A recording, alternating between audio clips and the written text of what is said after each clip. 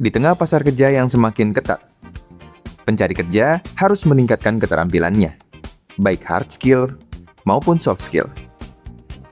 Salah satu skill yang kini banyak disarankan untuk dipelajari oleh para pencari kerja adalah keterampilan di bidang kecerdasan buatan atau AI. Menurut platform pencarian kerja untuk entry level, Handshake, pada Maret 2026, 10,3% lowongan magang di sana sudah mencantumkan kata kunci terkait AI, termasuk penggunaan tools AI tertentu untuk mendukung pekerjaan. Berdasarkan data Handshake, lowongan kerja entry level penuh waktu yang mencantumkan keahlian AI mencapai 4,2%, menunjukkan peningkatan hampir 2 kali lipat dari tahun lalu. Hal ini juga senada dengan apa yang disampaikan Anissa Tabina, Senior Marketing Manager Jobstreet by Seek, yang menegaskan pentingnya para job seeker untuk beradaptasi dengan kebutuhan masa kini. Sebenarnya tuh skill-skill tertentu tuh tidak ada yang gimana-gimana ya. Lebih kepada si job seekers ini tuh harus agile dengan kemajuan teknologi sekarang. Jadi kalau sekarang banyak kekhawatirannya adalah sekarang banyak AI menggantikan pekerjaan-pekerjaan yang ada. Nah, bagaimana si job seeker ini menyesuaikan diri? Jadi bagaimana dia mempelajari banyak tools AI yang bisa membantu pekerjaan itu lebih efisien misalnya.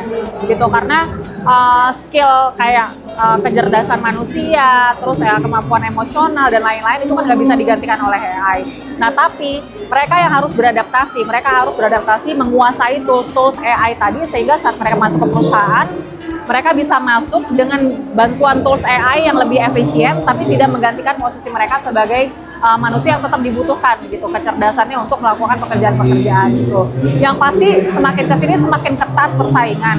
Kalau misalnya setiap orang itu harus benar-benar memperbanyak skill mereka, intinya gitu ya, karena harus semakin menunjukkan kelebihan dibanding yang lain, competition itu semakin tinggi.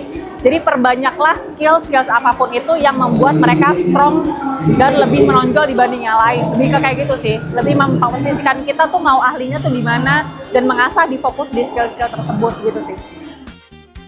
Menghadapi semakin sulitnya mencari kerja, Anissa pun berpesan agar pencari kerja selalu mempelajari tren rekrutmen saat ini, di samping selalu memperbarui keterampilan yang dimilikinya. Di 2026, persaingan pencarian kerja itu semakin tinggi, semakin banyak orang juga yang merasa kayak, kok makin kesini makin nggak bisa tembus kemana-mana. Nah, saran saya berusaha untuk se-agile mungkin. Jadi kayak yang awal tadi saya bilang, misalnya kalau CV seperti sekarang, CV itu semua udah di-screening oleh ATS pakai AI. Jadi harus banyak baca informasi. Sekarang tuh trennya seperti apa sih? HR itu meng-hire tuh seperti apa teknologinya. Misalnya kalau CV tadi, kalau ATS itu harus matching keywords-nya antara yang dicari oleh hirer dengan apa yang kita taruh di CV. Nah, berarti kita harus menyesuaikan itu. Lalu untuk interview, persiapkan banyak-banyak sebelum kita interview. Dan yang pasti tadi skillnya sih. Skillnya itu harus benar-benar selama belum mendapat pekerjaan, berarti itu waktunya untuk mengupgrade skill semakin banyak dan membuat portofolio kita semakin strong di depan hirer sih. Gitu.